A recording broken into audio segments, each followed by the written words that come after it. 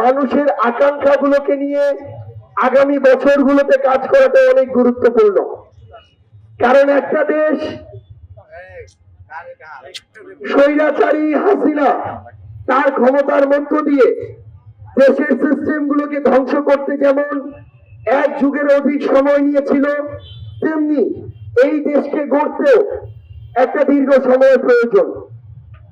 সেই জায়গায় যেই তরুণরা, আপনাদের যেই সন্তানেরা, ভাইরা সামনে থেকে নেতৃত্ব দিয়ে এই অভ্যুত্থান ঘটিয়েছে, তারা তাদের জায়গা থেকে আবার নেতৃত্ব দিয়ে বাংলাদেশে নতুন একটি রাজনৈতিক দল গঠন করেছে।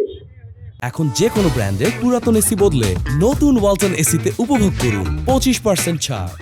দলটির নাম জাতীয় নাগরিক পার্টি এনসিপি।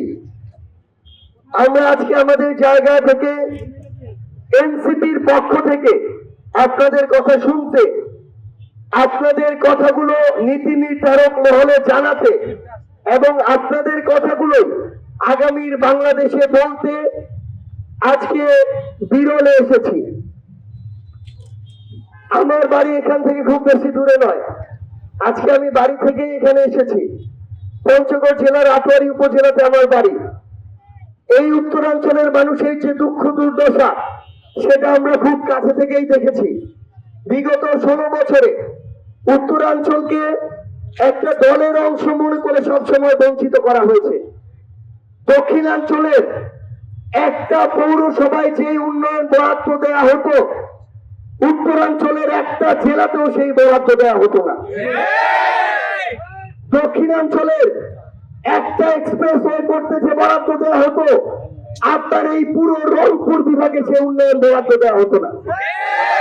এই যে উন্নয়ন বৈষম্যের মধ্য দিয়ে বিগত 1 যুগ ধরে এই উত্তরাঞ্চল গিয়েছে, উত্তরাঞ্চলের কোথায় কি সমস্যা সেগুলো রাজপথ থেকে মাঠে ঘাটে হেঁটে সেগুলো দেখে সেগুলো সংশ্লিষ্ট মন্ত্রণালয়ের উপদেষ্টার কাছে বলার জন্য আমরা আজকে এখানে এসেছি।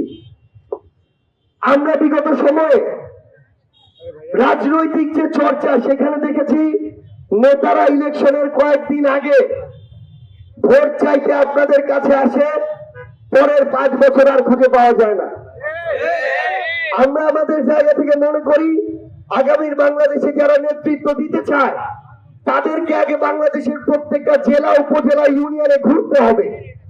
আগে দেখতে হবে মানুষ কি চায়, রাস্তাঘাটগুলোর কি অবস্থা, হাসপাতালে খালি বিল্ডিং আছে না ডাক্তারও আছে, থানায় ভালো পুলিশ কর্মকর্তারা আছে নাকি থানায় কথা বলার আগে টাকা চাওয়ার মতো পুলিশ কর্মকর্তা আছে।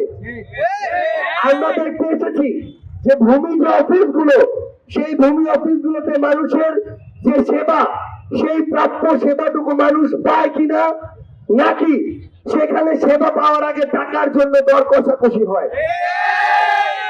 আমরা আমাদের জায়গা থেকে মাঠ পর্যায়ে দেখতে এসেছি যে এই যে স্থানীয় পর্যায়, এই স্থানীয় পর্যায়গুলোতে যে সাধারণ জনগণ কোন নির্দিষ্ট সিন্ডিকেটের হাতে জিম্মি কিনা, বিরলের মতো উপজেলাগুলোতে বিভিন্ন বাজারকে কেন্দ্র করে চাঁদাবাজি হয় কিনা, বিরলের মতো উপজেলাগুলোতে অটো, রিক্সা, ট্রাক এগুলোকে কেন্দ্র করে চাঁদাবাজি হয় কিনা।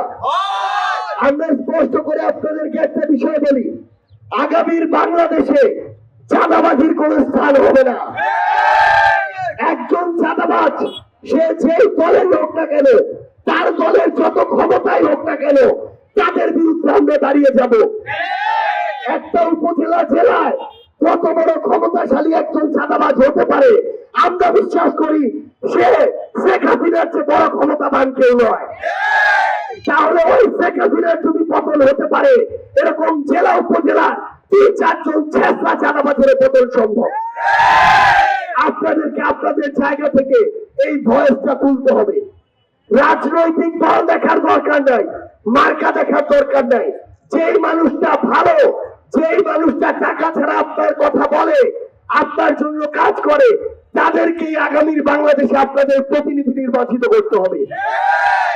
একটা জিনিস মনে রাখবেন, এখনো যদি স্বাধীনতার 54 বছর পরে আপনারা দলান্ধ থাকেন, মার্কা দেখে অন্ধভাবে ভোট দেন, তাহলে আমাদের দ্বারা বাংলাদেশের পরিবর্তন খুব বেশি সম্ভব নয়। বরং আপনাদেরকে দেখতে হবে সেই লোকটা ভালো কাজ করে, আপনাদের কথা বলে, আপনাদের কথা শুনে নির্বাচন ছাড়াও আপনার এলাকায় আসে, সেই লোকটা যদি কোনো দলের নাও হয়, তার যদি বড় কোনো মার্কা নাও থাকে, তাদেরকেই আপনাদেরকে প্রতিনিধি হিসেবে আগামীর বাংলাদেশে নির্বাচিত করতে হবে। এগুলো আমাদের যে সীমান্তবর্তী উপজেলাগুলো, প্রত্যেকটি উপজেলায় মাদকের চোরাচালান প্রচুর পরিমাণে হয়। এই যে মাদকের ব্যবসাগুলো, এই যে সিন্ডিকেট গুলো সরাসরি কোন না কোন রাজনৈতিক দলের বড় বড় পদধারী সকল কিছু নেতারা এই ব্যবসাগুলো পরিচালনা করে, এই সিন্ডিকেট গুলো পরিচালনা করে। দিনের আধারে তারা ভাববে এক একজন সাধু সন্ন্যাসী, রাতের আধারে ওই সিন্ডিকেট মাদক যারা চালায় তাদেরকে দেখে তারা ঠিকই ভাগ তুলে দেয়।